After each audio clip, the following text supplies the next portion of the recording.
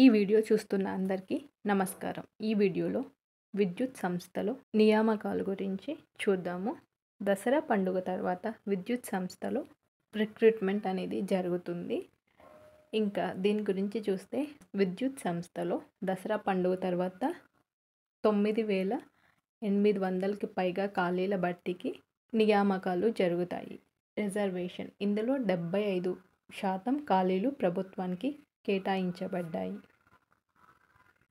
పోస్టులు ఏమేమి ఉన్నాయి అని చూస్తే assistant executive engineer, AEE, sub engineer, substation lines, junior linemen, JLM వంటి వివిధ పోస్టులు ఉన్నాయి. సంస్థలు చూస్తే AP Transco, AP Genco, AP EPDCL, AP SPDCL సంస్థలలో ఈ నియామకాలు జరుగుతాయి. భర్తీ ప్రక్రియ పోస్టుల భర్తీకి 2 దశలలో పరీక్షలు వహిస్తారు. మొదటి దశ రాత పరీక్ష, రెండో దశలో ఫిజికల్ ఫిట్నెస్ టెస్ట్. మొదటి దశ రాత పరీక్ష, రెండో దశలో ఫిజికల్ టెస్ట్ ఉంటుంది.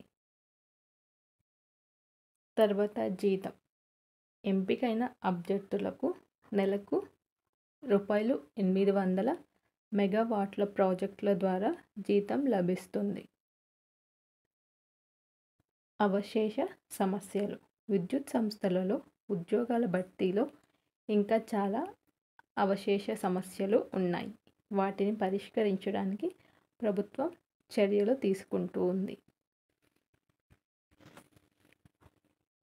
ఇలాంటి మరెన్నో సమాచారాల కోసం మన ఛానల్ని సబ్స్క్రైబ్ చేసుకోండి.